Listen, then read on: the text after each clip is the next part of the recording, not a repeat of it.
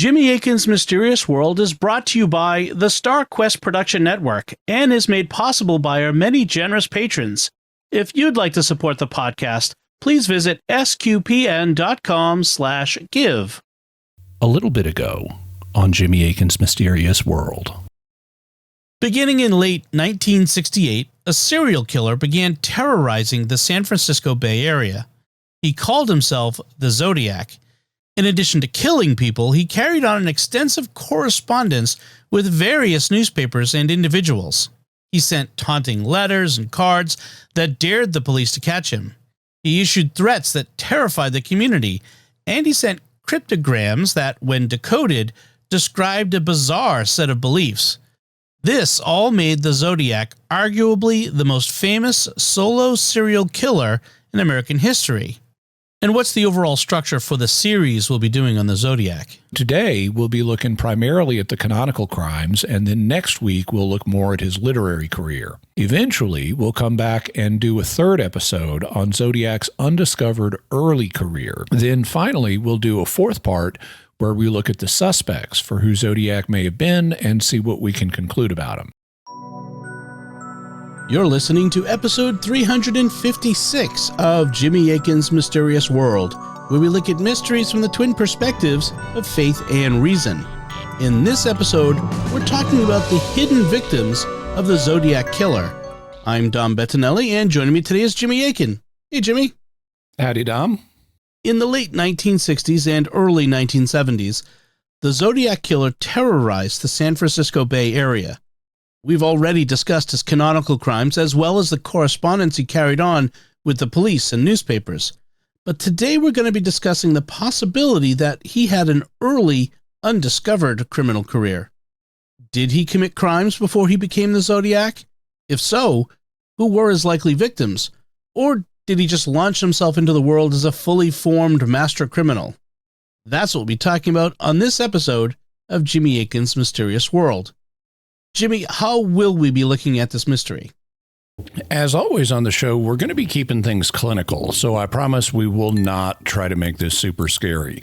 Unlike other podcasts, we will not be doing a lot of the things that we could do, like going into a lot of gory detail and using frightening music and sound effects to make it super scary. We will, in fact, be doing the opposite. We are going to be talking about murders, but we're going to keep things clinical and only say things like the Zodiac killed this person with this weapon, not giving a blow-by-blow account. But parents should still exercise discretion when making decisions for their families. Why would anyone think that there were crimes the Zodiac committed that he's not normally credited with? Well, there are several reasons. The first is the degree of criminal sophistication that the Zodiac showed in committing the crimes that he acknowledged. Criminal sophistication is the trait of having a very well thought out, sophisticated methodology for committing crimes, and it tends to take time for criminals to develop this trait. For example, Joseph D'Angelo, the Golden State Killer, was quite criminally sophisticated, as we discussed in episode 38 at mysterious.fm/38. But he didn't start out as a criminally sophisticated killer. As we discussed, he went through a series of stages and got both progressively more bold and progressively better at his crimes. His first stage was as the Visalia ransacker in 1974, when he would break into people's houses and ransack them. His second stage, which began 2 years later in 1976, was as the East Area rapist, where he graduated to raping people. And then his third stage, which began 2 years after that in 1978, was as the Golden State Killer, where he graduated to murder. And through each of these stages, he both got better and more sophisticated in how he committed his crimes and bolder in the kind of crimes that he was pulling off. Did the Zodiac display criminal sophistication in what he did? Yes, and right from the beginning, we did our initial two-part look at the Zodiac in episodes 329 and 330 at mysterious.fm/329 and mysterious.fm/330. And we heard about some of the things that he did that set him apart from run-of-the-mill serial killers. For example, when he attacked one couple in the dark, he attached a pin light to the muzzle of his gun so that all he had to do was point the light in their direction and shoot, because the bullet would strike within a few inches of the center of the beam of light. When he attacked another couple at a lake in a park in broad daylight, he wore a disguise, an executioner's hood that completely covered his head, so no one in the park that saw him could identify him.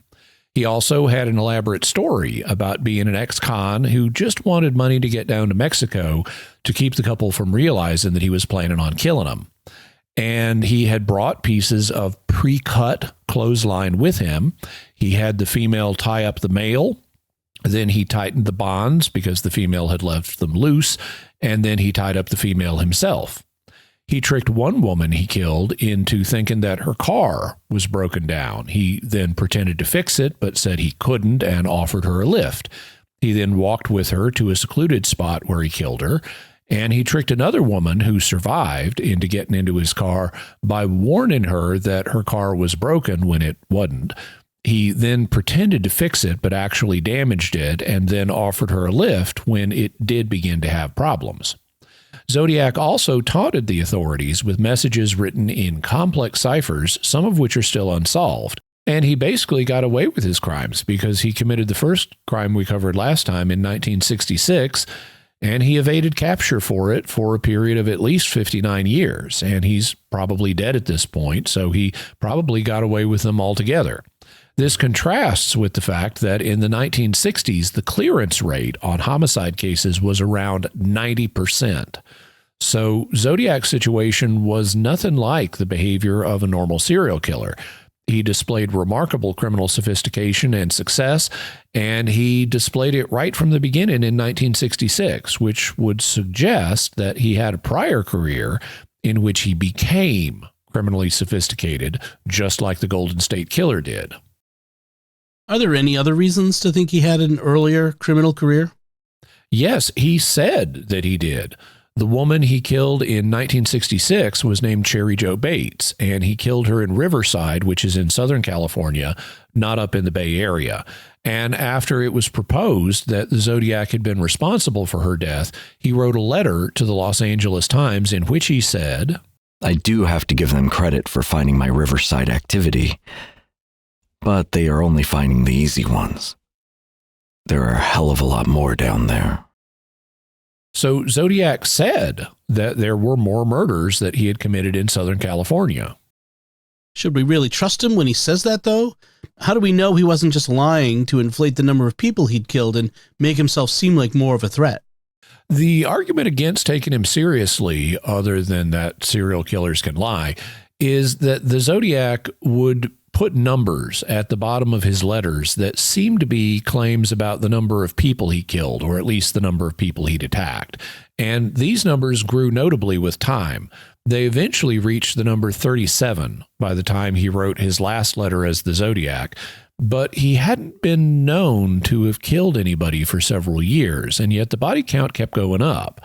As a result, many people didn't take this seriously, although in an earlier letter, Zodiac had said that he would change his modus operandi, his MO, so that his crimes would no longer bear his signature marks, and so they wouldn't be linkable to him. So it's possible he did keep killing people. It just wasn't recognizably him doing it, as he said would be the case. And he did have the criminal sophistication needed to change his MO in this way. In fact, he used multiple different MOs during his career as the Zodiac. It's also possible that once his earlier crimes were discovered, he began including numbers from his earlier crimes in the total. I thus don't consider the argument from his claimed body count to be decisive. Then there's the fact that when he was offered the opportunity to claim credit for one crime, he refused. On February 16, 1970, an unknown person left a cardboard box on a windowsill outside the San Francisco Police Department's Park Station.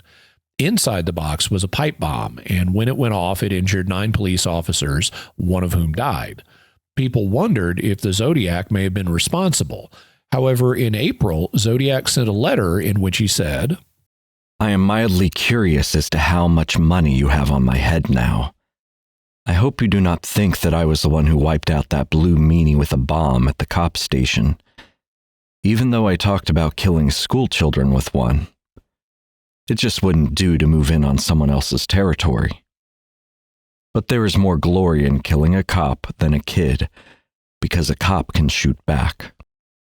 So Zodiac said that there's more glory in killing a cop than in killing a kid, and he'd previously threatened to kill kids by using a bomb on a school bus.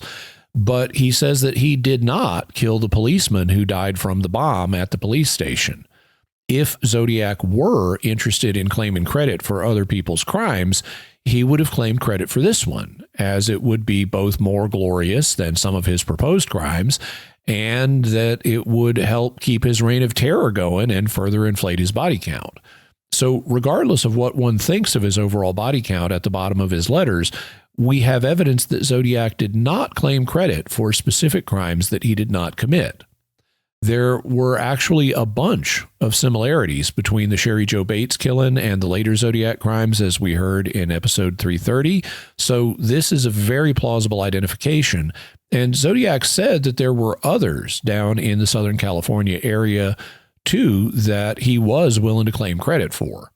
Between that and his manifest level of criminal sophistication in the Bates murder and his subsequent crimes, I think we need to take the idea of him having an earlier undocumented criminal career seriously. So that's what we'll be discussing today, to see if we can identify some of the additional people he may have killed. Then let's take a moment to review the people that we have confidence he killed, so that we can use them and what happened to them as a way of figuring out who else he might have murdered. To do this, we need to draw a distinction between what are considered the canonical Zodiac killings. These are the ones where there is the most confidence that the Zodiac committed them. He claimed credit for them. In one case, he left a message at the scene of a crime, and in another, he took part of the victim's shirt and later sent pieces of it to the authorities. So we'll cover these crimes first. The initial one took place on December 20th, 1968. At 11 p.m., two high school students, David Faraday and Betty Lou Jensen, were parked in a lover's lane known as Lake Herman Road, just inside the city limits of Benicia, California. David Faraday was 17 years old and Betty Lou Jensen was 16 years old. Zodiac attacked the couple and shot both of them to death. The second crime occurred shortly after midnight on July 4th, 1969. A 22-year-old married woman named Darlene Farron and a 19-year-old man named Michael Mageau were out late at night.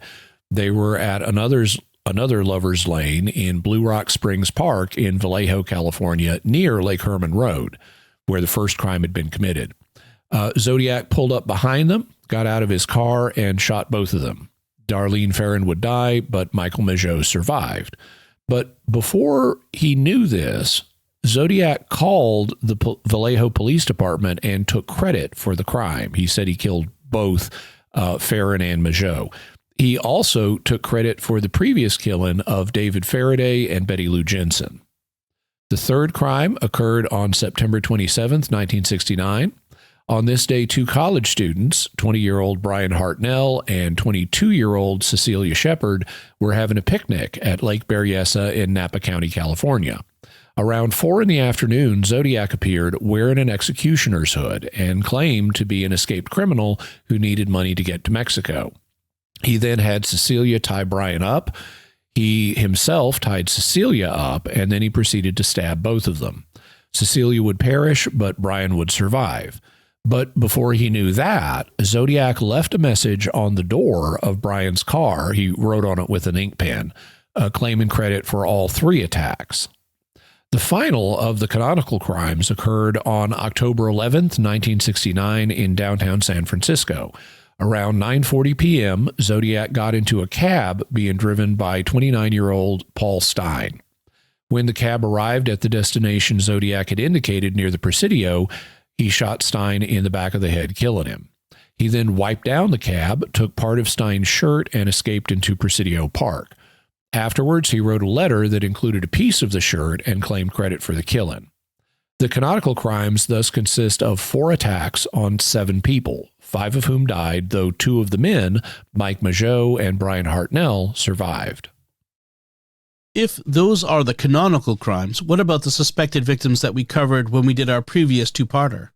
There were 4 of these. The earliest attack occurred on October 30th, 1966, 2 years before the first canonical crime. On this day, 18-year-old college student Sherry Jo Bates went to her college library in Riverside, California. When it closed at 9 p.m., she went out to her car but found it wasn't working. This was because Zodiac had disabled it while she was in the library. He then appeared and pretended to fix it, but said he couldn't. So he offered her a lift, and the two began walking to where he said his car was. He maneuvered Sherry Jo to a secluded spot and attacked her with a knife, killing her. Afterwards, Zodiac sent a typed note to the Riverside Police Department and the Press Enterprise newspaper. Although typed rather than handwritten, the letter had similarities to the later Zodiac letter, as did the crime itself. The letter said that Sherry Jo was not the first victim and also would not be the last, and that supports the idea of earlier crimes. Who was the second of the suspected victims we covered? Her name was Kathleen Johns, and she was 22 years old. Around 11 p.m. on March 22, 1970, she was driving near Modesto, California, when the Zodiac pulled up behind her and started flashing his lights and honking his horn.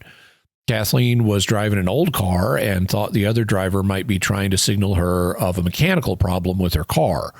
Zodiac told her that her back wheel was wobbly and offered to tighten it.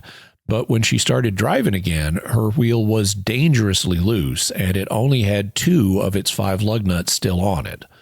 The Zodiac was still nearby and he offered her a lift to a gas station. So Kathleen got her infant daughter from the back seat and accompanied him.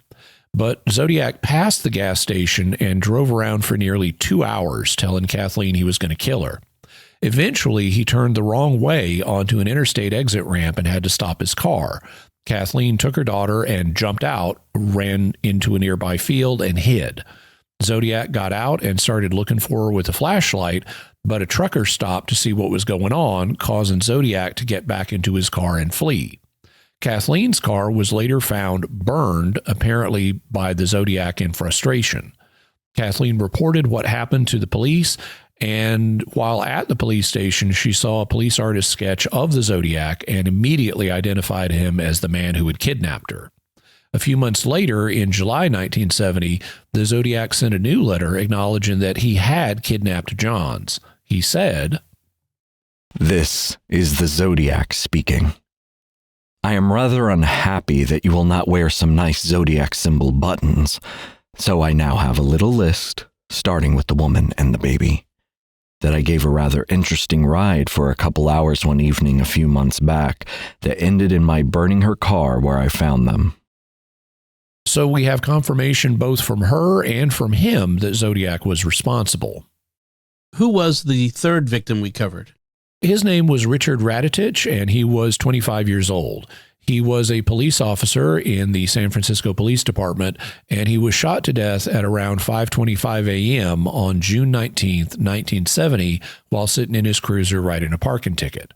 But a week later, on June 26, 1970, the Zodiac wrote a letter in which he said, "This is the Zodiac speaking. I have become very unhappy with the people of the San Fran Bay Area. They have not complied with my wishes for them to wear some nice Zodiac symbol buttons. I promised to punish them if they did not comply by annihilating a full school bus. But now school is out for the summer, so I punished them in another way. I shot a man sitting in a parked car with a .38. So Zodiac claimed credit for killing Officer Raditich. And that leaves us with the fourth and final victim we covered last time. Who was this? Her name was Donna Lass. She was 25 years old and lived in South Lake Tahoe, where she worked as a nurse in a nearby hotel casino. The last time she was seen was in the early morning hours of Sunday, September 6, 1970. She got off her shift at the hotel and casino at 2 a.m. Later that same day, the Sahara Hotel and her landlord both received a call from a man who said that Donna had been called away by an emergency involving a sick family member. They thus didn't think much about it and didn't go looking for Donna. But when Donna failed to reappear, the Sahara staff contacted the police. They also contacted Donna's family, and the family said there had been no sick family member. So the story that she left because of a family emergency was false. It was apparently to keep people from looking for her in the immediate aftermath of her disappearance, when there might be more clues that could lead to her killer. The police searched Donna's apartment, but there was no sign of a struggle, and her car was found near the apartment. So it looked like she may have driven home after her shift, but then something happened to her before she got to the apartment. Her body was not found until 1986, and even then they didn't know whose it was until 2023, when DNA evidence revealed it was Donna. On March 22, 1971, 6 months after Donna's disappearance, Zodiac mailed a cryptic postcard to the San Francisco Chronicle. It's known as the Peek Through the Pines card. The card consisted mainly of a picture that he had cut out and pasted onto the card. The picture was of a snow-covered condominium community known as Forest Pines in Incline Village, Nevada, on the northeast shore of Lake Tahoe. Below the advertisement, he pasted the words, "Peek Through the Pines." He also pasted "Sought Victim 12, then Pass Lake Tahoe areas." This suggested that the Zodiac had sought his 12th victim, or at least a victim, in the area around Lake Tahoe, where he may have peeked through the pines to find one. And the only likely candidate, especially in light of the criminally sophisticated phone call that caused her disappearance not to be noticed, was Donna Lass. So she is widely believed to be a Zodiac victim. And I believe that all of the individuals we've covered so far were probably victims of the Zodiac. This brings the total number of probable victims from 7 to 11, with 5 of them being men, 3 of whom died and 2 of whom survived, and 6 of them being women, 5 of whom died and 1 of whom survived. I'll be treating them as models of his known behavior for purposes of considering who may have been victims in his earlier pre-Zodiac career. Why do you say his pre-Zodiac career? Because, as we discussed last time, it appears that the Zodiac was a persona that the killer used, but it wasn't coextensive with everything he did. The killer didn't announce the Zodiac persona until after he attacked Darlene Ferrin and Mike Mageau. He did this in a preliminary way in a letter that he sent to several newspapers on July 31st, 1969, which he signed with a symbol that looks like a circle with a plus over it. This symbol may partially represent the targeting pattern in a rifle scope, but it also represents the circle of the Zodiac in the sky and the 4 quarters it's divided into. That meaning would become clear when he sent another letter to the San Francisco Examiner just a few days later on August 4th, 1969. In it, he announced his identity as the Zodiac, stating, "Dear editor, this is the Zodiac speaking." And "this is the Zodiac speaking" became his common way of introducing himself. So he announced the Zodiac persona after his second canonical crime, the attack on Darlene Ferrin and Mike Mageau, though he also took credit for the earlier attack on David Faraday and Betty Lou Jensen. So he lumped those under the Zodiac identity too. And he retired the Zodiac identity in a letter sent on January 29th, 1974, known as the Exorcist letter, because he referred to the 1973 Christmas movie, The Exorcist. Yeah, cinema was really weird in 1973, and they released The Exorcist the day after Christmas. But the main thing about the Exorcist letter is that it is almost entirely devoted to quoting a song from the Gilbert and Sullivan opera, The Mikado. And the song is about a bird that commits suicide that sings the phrase "Titwillow." And the Zodiac writes, I saw, plus I think, The Exorcist was the best satirical comedy that I have ever seen. Signed, yours truly. He plunged himself into the billowy wave, and an echo arose from the suicide's grave. Titwillow, Titwillow, Titwillow. So here, the killer is symbolically committing suicide. He's killing off his Zodiac persona. And although he did write a few letters later on, he never again called himself the Zodiac. So the Zodiac is a persona that he used between July of 1969 and January of 1974, but it doesn't cover his whole career. In particular, it doesn't cover the 1966 killing of Sherry Jo Bates, although on April 30th, 1967, on the 6th-month anniversary of her death, he did send 3 handwritten notes, and 2 of these were signed with a Z, or what looks like a Z, that has a squiggle on the top horizontal line. So he may have been contemplating the Zodiac persona then, even though he didn't announce it until 1969. Then, with that as background, let's look at some of the other people he may have killed and what the evidence is for that. Where do you want to start? I want to begin with the latest of these proposed victims and then walk our way back to earlier ones. The latest crime occurred on February 21st, 1970, so this is within the time frame when the killer was using the Zodiac persona. On the evening of February 21st at about 6 p.m., 24-year-old Vietnam veteran John Franklin Hood and his 20-year-old fiancée, Sandra Garcia, left the Garcia home in Santa Barbara, California. They took a blanket and went to East Beach, and the next morning their bodies were discovered under the blanket. They had been involved in a fight with someone as they were both bruised, and they had been stabbed, with the woman Garcia bearing the brunt of the attack. They had not been robbed since they had money on them, and they were fully clothed and had not been sexually attacked. Why would one propose that this couple was killed by the Zodiac? Well, it has multiple similarities to other Zodiac crimes. In the first place, it was an attack on a couple, like those on David Faraday and Betty Lou Jensen, Darlene Ferrin and Mike Mageau, and Brian Hartnell and Cecilia Shepard. Also, like those attacks, the couple was young and in their 20s. The other probable victims were all between 16 and 29 years old, with most of them in their 20s. Also, the couple was in a romantic situation. Despite this, they were not sexually attacked, just like in the other crimes. Hood and Garcia were not robbed, which also didn't happen in the other crimes. A knife was used in the attack, just like the attack on Brian Hartnell and Cecilia Shepard.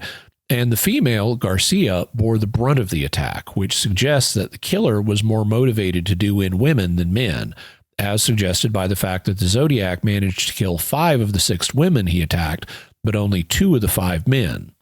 So there are quite a number of similarities here. Apart from the similarities in the crimes, are there other things one could appeal to supporting the idea that the Zodiac was responsible? There are 2 things one could point to. First, this crime occurred very near another possible pre-Zodiac attack that we'll talk about soon. That one occurred just 30 miles up the California coastline, so there's proximity to another possible pre-Zodiac crime. Second, there's a possible reference to this crime in the sequence of the Zodiac killings. On December 20th, 1969, the Zodiac had written to attorney Melvin Belli and said, Dear Melvin, this is the Zodiac speaking. I wish you a happy Christmas. The one thing I ask of you is this. Please help me. I cannot reach out for help because of this thing in me won't let me. I am finding it extremely difficult to hold it in check. I am afraid I will lose control again and take my 9th and possibly 10th victim. Please help me. So as of December 20th, Zodiac was claiming 8 victims under this persona. Then the murders of Hood and Garcia took place on February 21st. And then on April 20th, Zodiac sent a letter in which he denied using a pipe bomb to kill a policeman, but he went on to state, I hope you do not think that I was the one who wiped out that blue meanie with a bomb at the cop station, even though I talked about killing school children with one. I just wouldn't do to move in on someone else's territory. But there is more glory in killing a cop than a kid, because a cop can shoot back. I have killed 10 people to date. It would have been a lot more, except that my bus bomb was a dud. So in December, Zodiac had only claimed 8 victims, but in April he was now claiming 10. And between those 2 dates, we have the murder of 2 individuals in a Zodiac-style attack. One thus might well propose that he was responsible for the Hood-Garcia murders. If that's the case for Zodiac being responsible for those, what's the case against? Well, when he claims credit for killing these two victims, he doesn't give us anything specific about them. He doesn't mention where they were or what date they were killed, for example. So that creates some doubt about whether it was these two individuals. But this doubt may be offset by the similarities of the crimes. Second, the Hood Garcia murders took place down in Santa Barbara, which is near Los Angeles in Southern California. It's not in the Bay Area where the Zodiac persona was active. So the Zodiac would have had to have made a trip to Southern California. He might have done that because, as we'll see, the first phase of his career appears to have been in Southern California. And as we heard, the site of the Hood Garcia murders was just 30 miles from another proposed Zodiac crime, a probable one. So the Zodiac may have taken a trip back down south to where his career had began earlier, and he decided to do some more killing there. The fact that this crime is a Southern California crime in the midst of a Bay Area set of killings does raise a question about whether he is responsible, but it's not at all impossible. In light of the factors we've already covered that could connect the Zodiac to the Hood Garcia murders, I consider them as quite possibly committed by him, but the evidence isn't as strong as for some of the other cases we'll cover. Before we move on to those other cases, I do want to take a moment now to thank our patrons who make the show possible, including Greg W., Arlia S., David R., Richard S., and Linda K. Their generous donations at sqpn.com/give make it possible for us to continue Jimmy Akin's Mysterious World and all the shows at StarQuest, and you can join them by visiting sqpn.com/give. Jimmy Akin's Mysterious World is also brought to you by DeliverContacts.com, offering top brand contact lenses at always low prices with free delivery. Visit DeliverContacts.com. And by Rosary Army, featuring award-winning Catholic podcasts, rosary resources, videos, and the School of Mary online community, prayer, and learning platform. Learn how to make them, pray them, and give them away while growing in your faith at rosaryarmy.com and schoolofmary.com. Jimmy, let's look at the next crime possibly committed by the Zodiac Killer. What would that one be? This one occurred on June 8th, 1967, so it was a little more than a year before the first canonical Zodiac crime that he took credit for. That was the attack on David Faraday and Betty Lou Jensen at Lake Herman Road in Benicia. So this one is before that. On June 8th of the previous year, it appears that a couple was parked on Lover's Lane in Alameda County, California. This is at the south end of the Bay Area, so it's the same territory that the Zodiac persona crimes were committed in. The couple consisted of a 35-year-old recent divorcee named Anodyne Molina and a 36-year-old married man named Fermin Rodriguez. The two of them were lovers, a fact that was known to their families, and it appears that they were parked in Lover's Lane. It appears that someone approached them shortly before 10 p.m. and demanded that they get out of the car. When Furman did so, the unknown person shot him with a .22 caliber revolver, killing him. The person then apparently demanded that Anodyne get in his car, which he drove to a site 6 miles away. At this point, he either ordered Anodyne to get out of the car or she escaped from the car on her own, and as she was running from the vehicle, the unknown person also shot her, killing her. At 10:05 p.m., someone heard 2 gunshots and called the police. They found Anodyne's body at 11 p.m., and a few hours later, they found Farron's car and body. The couple had not been robbed, and neither had been sexually assaulted. The next day, Anodyne's former husband came in for questioning, and he was ruled out as the killer. Why would anyone propose this as a possible crime committed by the Zodiac Killer? Well, it occurred just before the canonical Zodiac crimes. It took place in the Bay Area where the Zodiac would be active.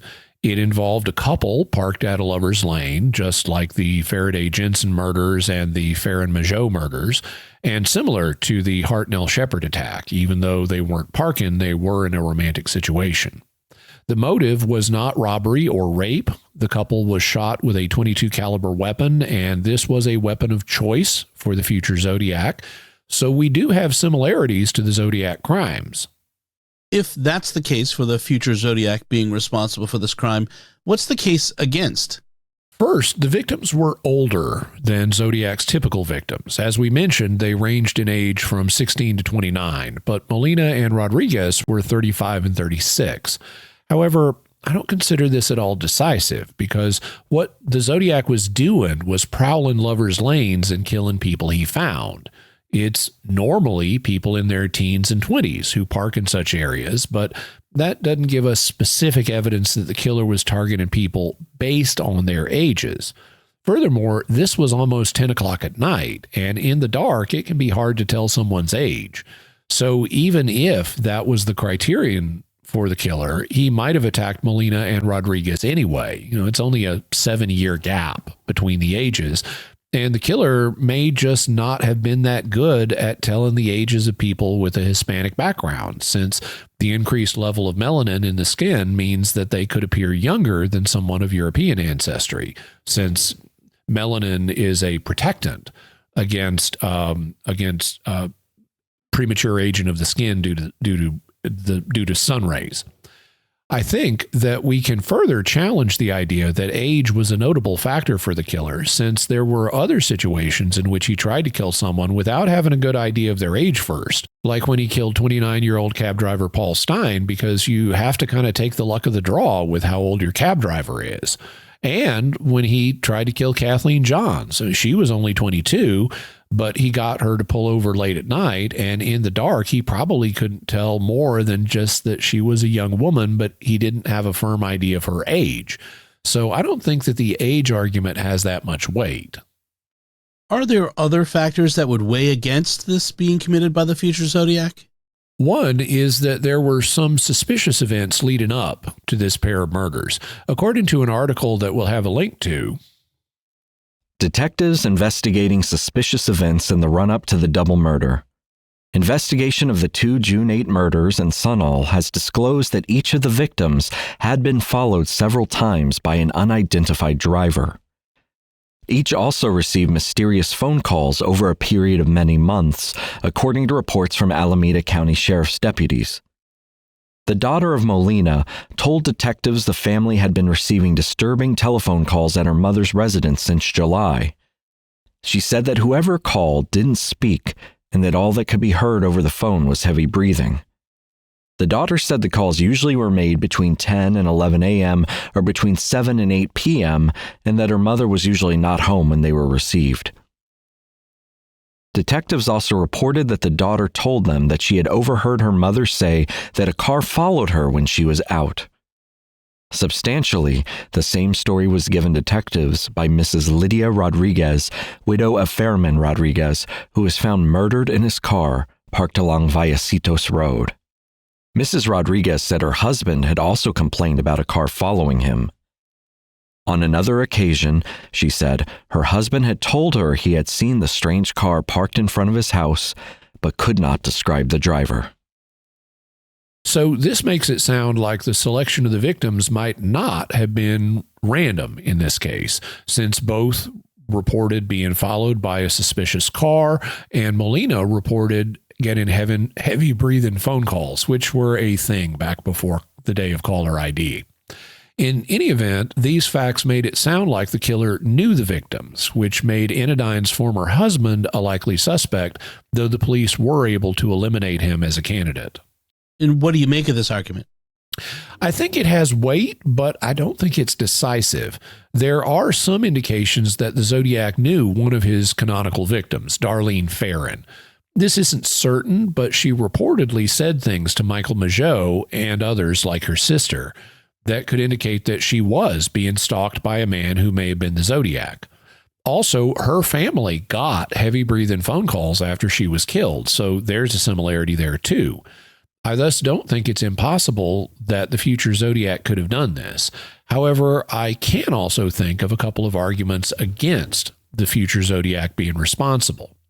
First, after killing Rodriguez, he kidnapped Molina and drove off with her in his car. This is unlike most of the Zodiac-related crimes, though not completely so, because Zodiac did convince Kathleen Johns to get into his car, so he effectively kidnapped her, though he did so under a ruse rather than after she'd just seen her paramour killed in front of her. So this is notably different in methodology. Also, to my mind, one of the most significant arguments would be why he didn't claim credit for this crime. It's very similar to the crimes he would begin committing a little over a year later with the attack on David Faraday and Betty Lou Jensen. So given that, why wouldn't he claim it as part of his crimes under the Zodiac persona? I thus consider the Molina and Rodriguez killings as possible Zodiac crimes, but I'm not convinced that they were. Then, working backwards in time, what's the next crime we should consider? It occurred on February 5th, 1964 in Southern California. So now we're in the period before the killing of Sherry Jo Bates in Riverside, which is also in Southern California. And this is the area where the Zodiac said there were more crimes to be discovered. The typed confession that was apparently sent by Sherry Jo Bates' killer also said that she was not the first victim that there had been. So both Sherry Jo's apparent killer and the later Zodiac said that there were others to be found in this area. The February 1964 crime involved a couple. The man was named Johnny Ray Swindle, and he was 20 years old. He was from Jasper, Alabama, but he was stationed in San Diego, which is a Navy town, as part of his duties in the Navy. And this is such a heartbreaking story. On January 18th, he was back in Alabama to marry his sweetheart, Joyce, who was 19 years old. The newlyweds then drove across the country back to San Diego, where they arrived on January 29th. They then moved into Johnny's apartment and continued their honeymoon. Money was tight, and so Johnny asked his landlady if there was any work he could do to earn some extra cash. She had him paint an apartment, which he did until 3 p.m. on February 5th. At 7 p.m. that evening, he and Joyce went for a walk on the beach, which was something they did every night because Joyce was fascinated by the ocean. Johnny would have to be returning to his Navy duties soon, so they wouldn't be able to spend Valentine's Day together. And they went to a drugstore and bought a box of Valentine's Day candy to eat together. They then sat on the patio of the Silver Spray Apartments at the beach and began eating the candy. At about 8:10 p.m., from a makeshift sniper's nest about 50 feet away, an unknown individual began firing on the couple with a .22 caliber rifle. Joyce was hit first, and a newspaper reports that someone heard Johnny yelling, "No, no!" Johnny was then hit next. Once the two were down, the gunman approached and shot each of them one more time to make sure they were dead, though actually Johnny would survive for a few hours at the hospital. The killer then took Joyce's necklace and Johnny's wallet and a Timex watch, which may have been stained from the painting he had done that day, and then he left.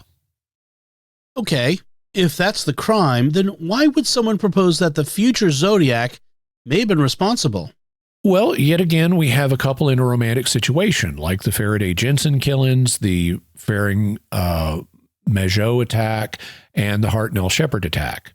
The killer did not know the victims. The Swindles were both from Alabama, and Joyce had been in the city just a week.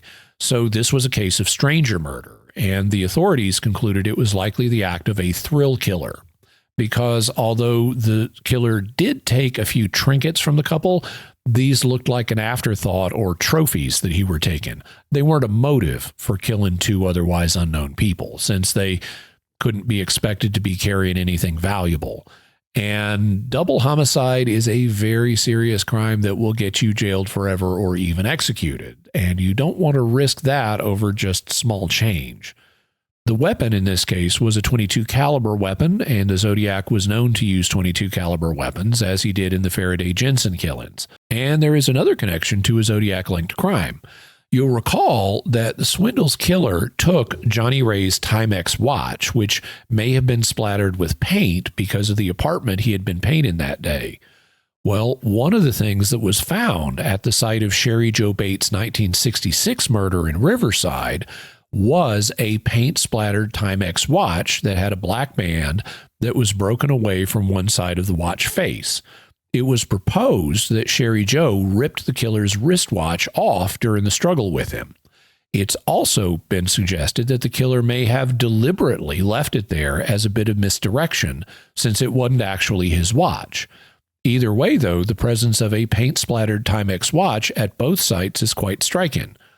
Furthermore, the authorities determined that the watch had been bought at an overseas military base.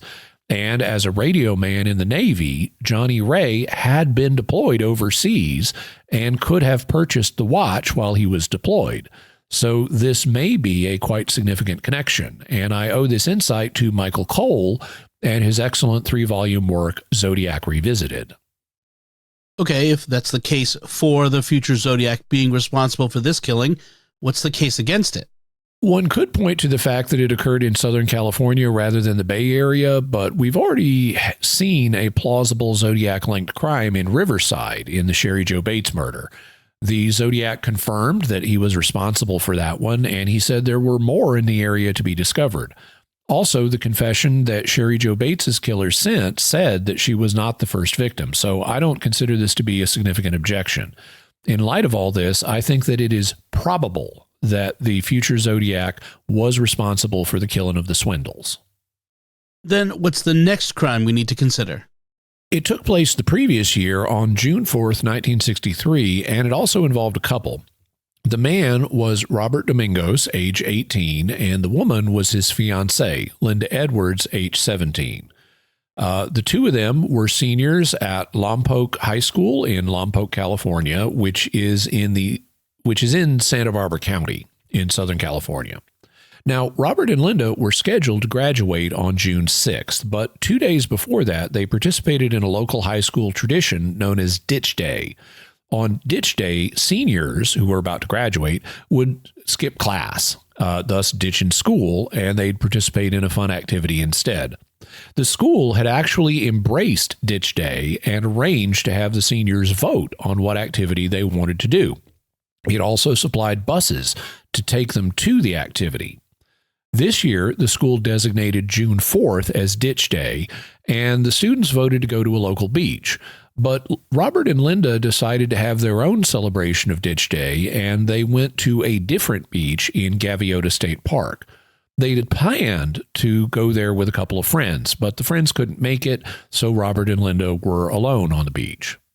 Based on a reconstruction of what must have happened, given the crime scene analysis, it appears that a man brandished a .22 caliber weapon, likely a rifle in this case.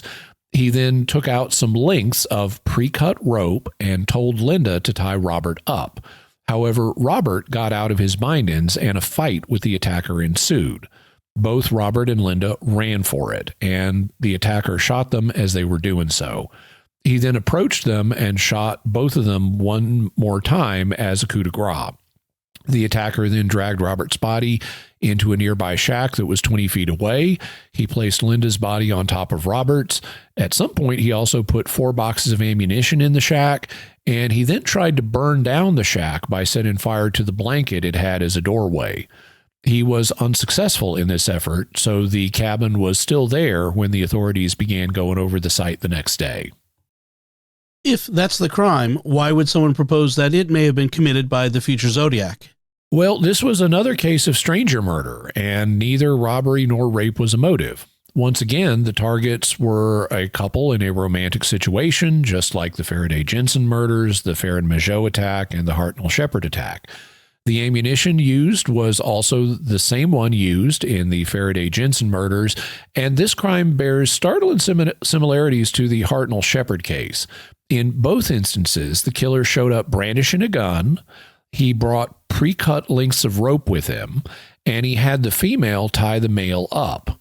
The difference is that when Cecilia Shepard tied up Brian Hartnell and deliberately left the ties loose, the Zodiac tightened them before proceeding to tie up Cecilia. That could reflect growing criminal sophistication on his part, knowing that he needed to check the tightness of the ties, because Robert Domingos had been able to get out of his ties, and he and Linda Edwards ran for it, forcing the killer to shoot them, whereas he might have planned to use a knife on them the way he did Brian and Cecilia. In light of the similarities to the Hartnell Shepard attack, the authorities proposed that the Domingos-Edwards murders were committed by the same person. So that would be the Zodiac Killer before he took on that persona. In 1963, the authorities recognized that the Domingos-Edwards murders were likely committed by a quote-unquote sweetheart slayer. And Santa Barbara County Sheriff James Webster predicted that the sweetheart slayer might strike another couple on a beach, which is what happened 7 months later when Johnny Ray and Joyce Swindle were killed on a beach in San Diego. So it looked like those two crimes were also linked, providing additional support for the idea that these were early pre-Zodiac persona crimes. And if that's the argument for the Domingos-Edwards murders being by the future Zodiac, what's the argument against this? Well, it's earlier and in Southern California, but I don't consider that argument to be a good one. There are also some differences. One is that the Domingos-Edwards killer stayed around after they were dead for a time. He, dragged their bodies into the shack and tried to set it on fire. And although I didn't mention this in the summary, he also cut open Edwards's top and exposed her torso, though he didn't do anything else of a sexual nature. And then he tried to burn down the shack.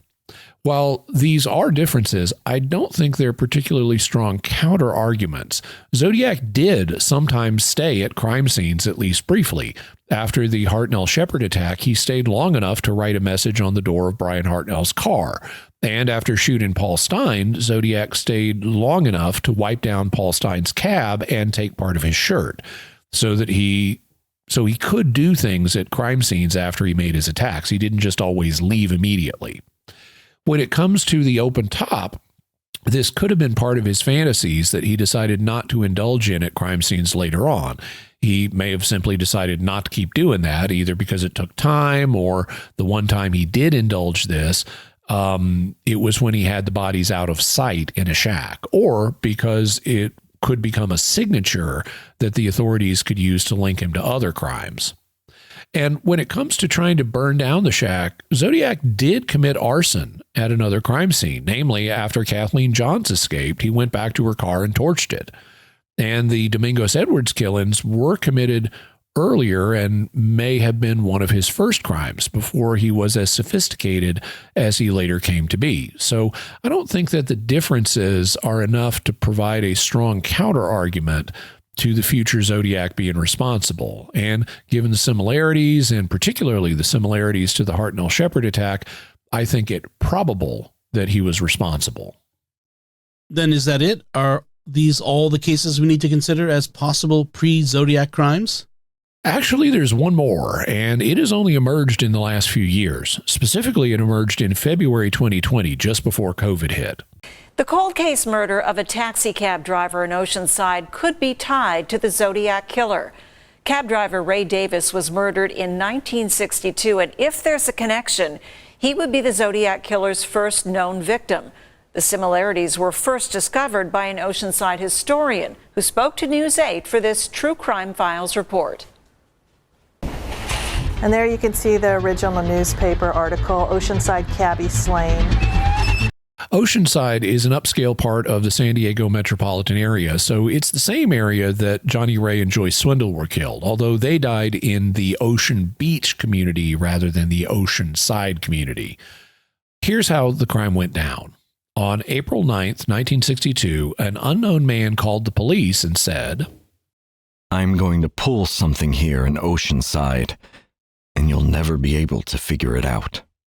Then at 11:10 p.m. on April 10th, 29-year-old cab driver Ray Davis radioed his dispatcher and said that he had picked up a fare at a taxicab station on Mission Avenue. The fare was headed for an address on South Pacific Street in South Oceanside. That was the last time anyone heard from Ray Davis, and after he failed to report back in, the cab company notified the police.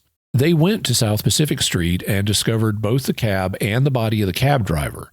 The body was found in an alley behind 1926 South Pacific Street. Davis had been shot twice, once in the back and once in the head. Both shots were fired from behind. The cab was found about 1.5 miles away in the 400 block of South Pacific, and it had a bullet hole in the windshield. The ammunition that had been used was .22 caliber, and the weapon was almost certainly a handgun, since a rifle in a cab would be both hard to conceal and impractical to use. But the police department had not heard the last from the killer. Days later, he called police again, taking responsibility for the murder and threatening to kill a bus driver next. For the police department for the city of Oceanside, it goes from just being a simple murder with a motive to being this taunting and then this threat. Specifically, the killer said, "Do you remember me calling you last week and telling you that I was going to pull a real baffling crime? I killed the cab driver, and I'm going to get me a bus driver next." And since the existence of the first phone call had not been revealed to the public, the mention of that first phone call in the second phone call proved that this was the same person speaking.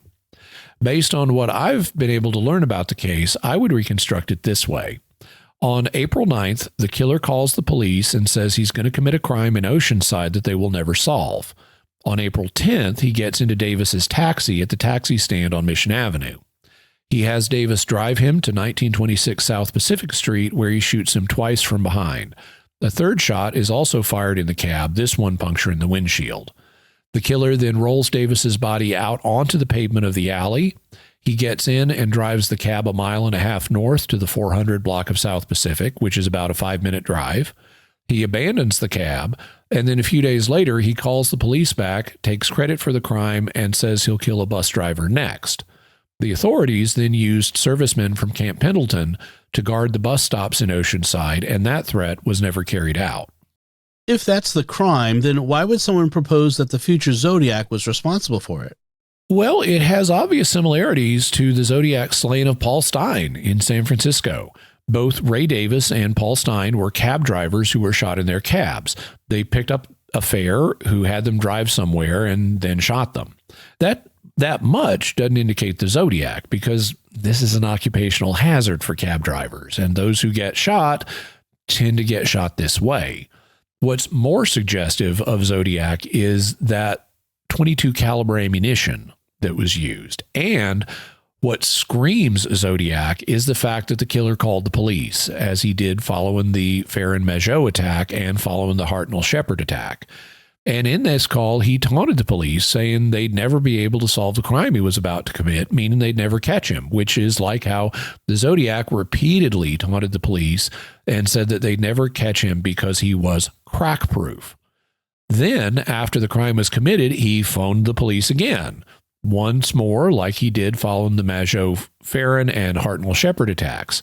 He shared details of the crime to prove his identity, as he did following the Zodiac attacks, and he threatened to kill a bus driver next, which is like his repeated threats as Zodiac to kill a busload of children, either by shooting them as they came out of the bus or by blowing up the bus with a bomb. In both cases, the authorities took steps to protect buses, and the threatened attack never happened. This is just way similar to what the Zodiac later did. If that's the case for the future Zodiac being responsible for Davis's murder, what's the case against it? This is something I was emailing about with Michael Cole, the author of the excellent Zodiac Revisited series a few years ago after this emerged. Cole thought that this case was interesting, but at least at the time, he thought the Zodiac probably wasn't responsible. As far as I know, though, he may have changed his mind, but I haven't been in touch with him recently. Cole cited 2 reasons for thinking the future Zodiac was not responsible for Davis's killing. First, he argued that Zodiac began by targeting couples, not lone individuals. You could steelman that argument by saying that when he didn't target couples, he at least targeted individual women like Sherry Jo Bates and Kathleen Johns. But he also killed lone men like cab driver Paul Stein and policeman Richard Raditich. Second, Cole noted that Davis's killer had communication with the police after the crime, but he didn't do that again until 1966 with the killing of Sherry Jo Bates. And in Cole's opinion, he killed two couples in between these, Domingos and Edwards, and then the Swindles. You can also steelman this argument by noting that Davis's killer contacted the police both before and after the Oceanside crime, while the man using the Zodiac persona initially just contacted them afterwards. How would you respond to these arguments? Well, I think it's good and important that Cole is cross-examined in the case. Many researchers note similarities between cases and just run with the idea that the Zodiac must have been responsible for them all, when really the case isn't that strong. That's why I noted that the mere facts that Davis and Stein were shot in their cabs doesn't point to Zodiac, because other cab drivers have been shot the same way and Zodiac was not responsible. But I ultimately don't think that the arguments Cole proposes are decisive. First, we can't just assume that the Zodiac killer started with couples. What we need to do is look at his pattern across his whole known career. And even before he adopted the Zodiac persona, he would target individuals, as he did with Sherry Jo Bates. The fact is that Zodiac was a diverse killer in terms of his victims. Yes, he did often target couples, but he also targeted individual women like Sherry Jo Bates and Kathleen Johns. And he also targeted individual men, as in the case of Paul Stein and Richard Raditich. All we're doing is adding another man, Ray Davis, to that category. If he killed two lone men, he could kill a third. Maybe killing couples was a prominent theme in his fantasies, but he wanted to and did kill individuals of both sexes. So he had pent-up rage against people in general, not just couples. Furthermore, I think there is a reason he would start killing lone individuals. If I were going to start killing people, and I'm not, but if I were going to start killing people, I would want to start by killing one person at a time. And I'd only want to kill couples after I'd become proficient at often individuals, because it's trickier to retain control of a situation. I mean, if you're one person and you're trying to kill two, it's trickier to retain control of that situation and kill the two people than it is compared to killing one person, as the killer of the Domingos and Edwards learned when he tried to get them tied up, but Domingos escaped and he had to start shooting them. So since the Zodiac was manifestly capable of killing both individuals and couples, I think it likely that he would have started with individuals and then worked his way up to couples, because it requires more criminal sophistication to deal with a couple than an individual. What about the second argument, which dealt with the differences in how the killers communicated with the police? I don't think this is decisive either. He both did and didn't communicate after his crimes in both phases of his career. If we're right that he killed Sherry Jo Bates, then he did communicate with the authorities after her death. But if he killed Enidine Molina and Furman Rodriguez, he didn't communicate with police after their deaths. And 2 years after Sherry Jo Bates, he definitely did not communicate with the police after he killed David Faraday and Betty Lou Jensen, before again resuming communication following the Farron Mageau attack. So I don't think it's impossible that he did communicate with the authorities after he killed Ray Davis and then did not communicate with the police after he killed Domingos, Edwards, and the Swindles. In his early career as Zodiac, his communication style with authorities was hit or miss, and I suspect the same thing would have been true even more of his communication style before he adopted his Zodiac persona. It would have been even more hit and miss due to his relative inexperience and lack of confidence at this point. There was definitely a 3-year period between 1966 and 1969 of no communication after offenses, following Sherry Jo Bates. And I have no problem buying the idea that there was a 4-year period from 1962 to 1966 of no communication between Ray Davis and Sherry Jo. What about your attempt to steelman the argument by noting that in the Ray Davis case, he called the police both before and after the crime, whereas later he only called after the crimes? I don't think this is decisive either. In the first place, this is a minor detail. Someone who's having fantasies about being an invincible criminal mastermind might on one occasion warn the authorities of what he was going to do and only call them later.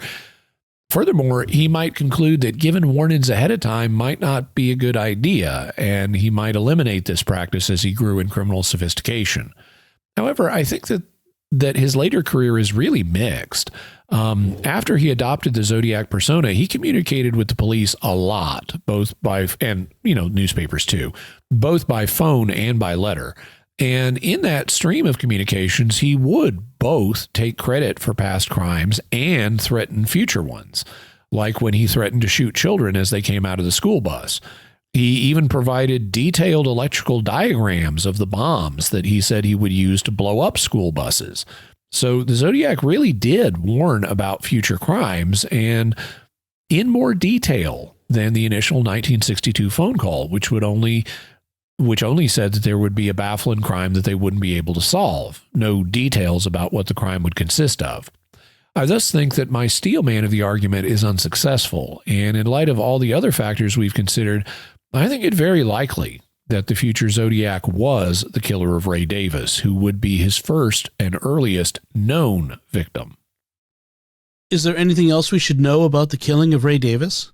Yes, we may be able to prove or disprove the connection to the Zodiac, and we may be able to figure out who the killer is, even though he's unlikely to be alive today, as he would be nearly 90 or more years old.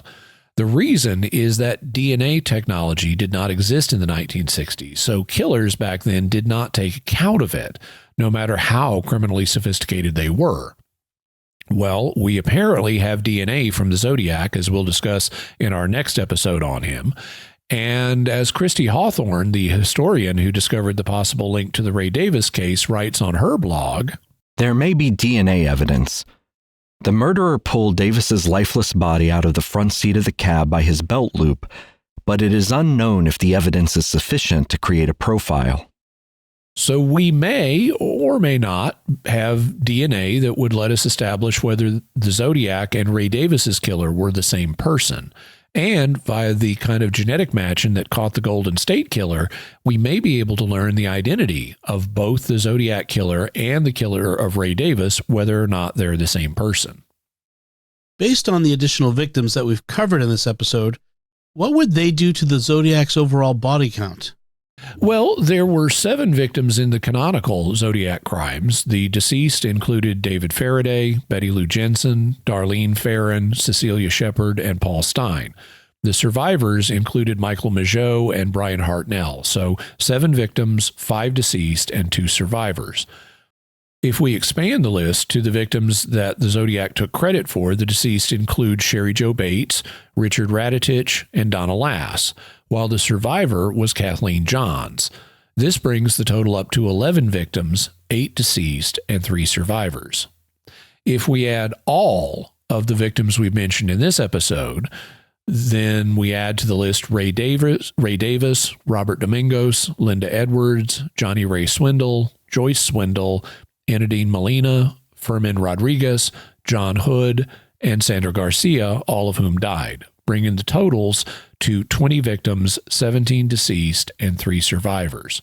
However, I suspect there are more victims than this, because the initial killing of Ray Davis was distinctively like the Zodiac's later crimes, and it was very confidently carried out.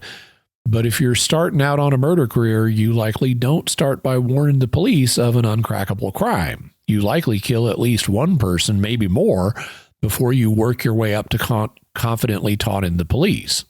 I thus suspect that there were earlier crimes, and these may be undiscoverable, because even the Ray Davis murder displays marks of criminal sophistication, and earlier crimes wouldn't have, as he was building that skill, so they may be indistinguishable from regular murders. Even over the murders we have, we can see criminal sophistication developing, as Michael Cole documents in his Zodiac Revisited series.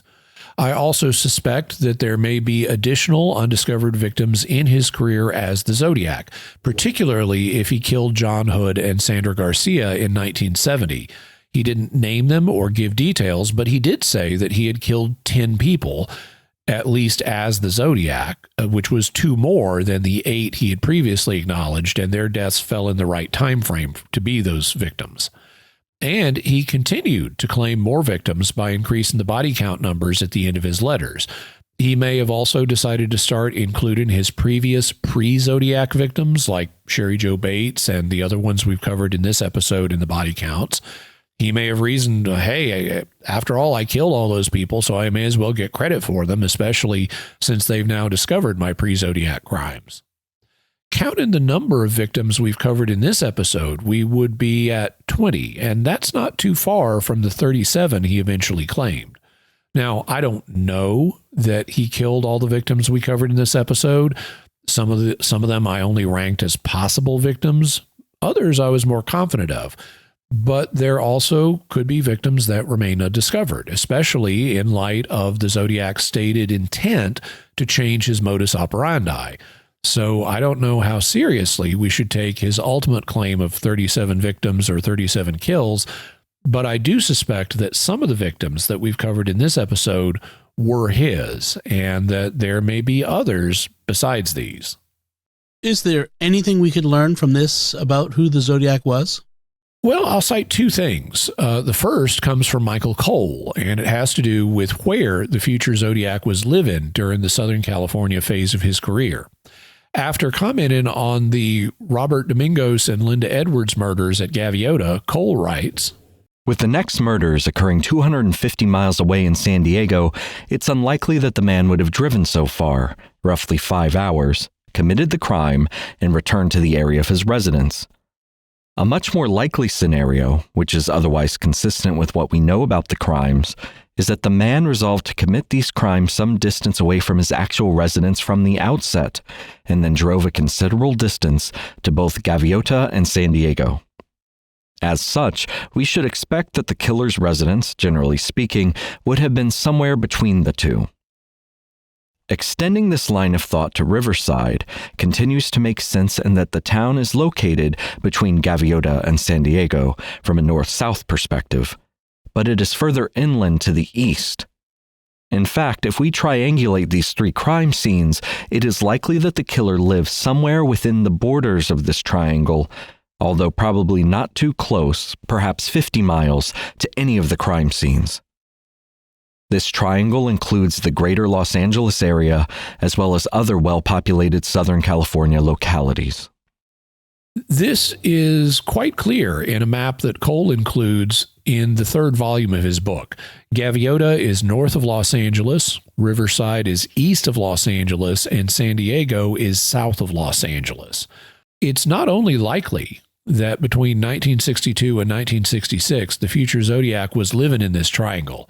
If I had to bet, I'd wager that he may have been living in the Los Angeles area itself and then drove to the somewhat distant murder sites as part of his criminal sophistication, though anywhere in this area is possible. Then, between 1968 and 1970, he was living somewhere up in the Bay Area. So, in looking at suspects, I'd be looking for ones that lived in Southern California, maybe Los Angeles, in the early to mid-1960s, and in the Bay Area in the late 1960s. What's the second thing that you think the material we've considered today suggests about him? That he was older than you might otherwise guess. Serial killers tend to get their start when they're young, typically between the age of 25 and the age of 35, so let's call that 30. Now, if Sherry Jo Bates was the future Zodiac's first victim, we would expect him to be born in 1936, plus or minus 5 years. But if Ray Davis was his first victim in 1962, we would expect Zodiac to have been born in 1932, plus or minus 5 years. And if, as I suspect, Ray Davis was not his first victim, then he would likely have been born a bit before 1932, perhaps 1930, plus or minus 5 years. In any event, the suspect pool that we would be looking at would be a bit older than you might otherwise think. And looking at the suspect pool is what we're going to do in our next episode dealing with the Zodiac. That's correct. The 4th and final part of our series on the Zodiac Killer will be looking at the possible suspects, though because I don't like to stay on true crime topics for too long, I like to keep the show as family-friendly as possible. it'll be a while before we do that episode. So, Jimmy, what's your bottom line at this point? The Zodiac Killer displayed a great deal of criminal sophistication when he adopted the Zodiac persona in 1969. This points to him having an earlier career during which he gained that sophistication. Sherry Jo Bates, who was killed in 1966, is almost certainly one of his pre-Zodiac victims, and he acknowledged that there were more in Southern California that the authorities had not found. Sherry Jo's killer also acknowledged that she was not the first victim, so there were ones before 1966. In this episode, we've identified several possible victims, and I think that the San Diego cab driver Ray Davis, who was killed in 1962, was very likely one of them. But I suspect that there are additional undiscovered victims, at least one and possibly more, before Ray Davis. And there may be more hidden victims from after he adopted the Zodiac persona based on his announced plan to change his methodology. He didn't just acknowledge or give any details on those because he didn't want to get caught for them, because that would defeat the purpose of changing his methodology, although we can't be sure about the existence of later victims. And what further resources can we recommend to listeners and viewers? We'll have links to Michael Cole's excellent 3-volume book set, Zodiac Revisited, also information on the Zodiac Killer, the Hood and Garcia attack, the Molina and Rodriguez attack, more on that attack, information on Johnny Ray Swindle and the Johnny Ray and Joyce Swindle attack, the Robert Domingos and Linda Edwards attack, a couple of videos on the Ray Davis attack, as well as some print information on it. And so those are some of the things you can check out. All right. And now it's time to hear from you. What are your theories about the hidden victims of the Zodiac Killer? Let us know by visiting sqpn.com or the Jimmy Akin's Mysterious World Facebook page, sending us an email to feedback@mysterious.fm, sending a tweet to @MYS_world, visiting the StarQuest Discord community at sqpn.com/discord, or calling our mysterious feedback line at 619-738-4515. That's 619-738-4515. I also want to thank Rob Mady for his voiceover work on this episode. And I want to say thanks to Oasis Studio 7 for the video and animation work in this episode. You can check it out at youtube.com/Jimmy Akin. And while you're there, you can help me out because I'm trying to get up to 100,000 subscribers, and you can help me do that. At least at time of recording, I'm trying to get to 100,000. You can help me do that by liking, commenting, writing a review, sharing the podcast with others, and especially by subscribing. When you subscribe, be sure and hit the bell notification so you always get notified when I have a new video. Jimmy, what's our next episode going to be about? Next week, we're going to be looking at a religious mystery. In the second half of the 20th century, many Christians, especially evangelicals, came to believe that one day soon there will be an event known as the rapture, in which Christians will suddenly vanish no matter what they're doing at the time. But the idea of the rapture is controversial, and even those who advocate it disagree about when it's supposed to take place. So next week, we'll be looking at the mysterious and controversial subject of the rapture. All right. So, folks, be sure to follow Jimmy Akin's Mysterious World. We're on Apple Podcasts, Spotify, TuneIn, your favorite podcast app, or, as he mentioned, at Jimmy's YouTube channel, where you should make sure to hit that bell to get notifications. Get your very own Mysterious World t-shirt, mug, and more in our merchandise shop at sqpn.com/merch. And you'll find links to Jimmy's resources from our discussion on our show notes at mysterious.fm/356. And remember, to help us continue to produce the podcast, please visit sqpn.com/give. Jimmy Akin's Mysterious World is also brought to you in part through the generous support of Aaron Vergeson Electric and Automation, making connections for life for your automation and smart home needs in North and Central Florida at aaronv.com. And by The Grady Group, a Catholic company bringing financial clarity to their clients across the United States, using safe money options to produce reasonable rates of return for their clients. Learn more at gradygroupinc.com. Until next time, Jimmy Akin, thank you for exploring with us our mysterious world. Thanks, Tom. And once again, I'm Dom Bettinelli. Thank you for listening to Jimmy Akin's Mysterious World on StarQuest.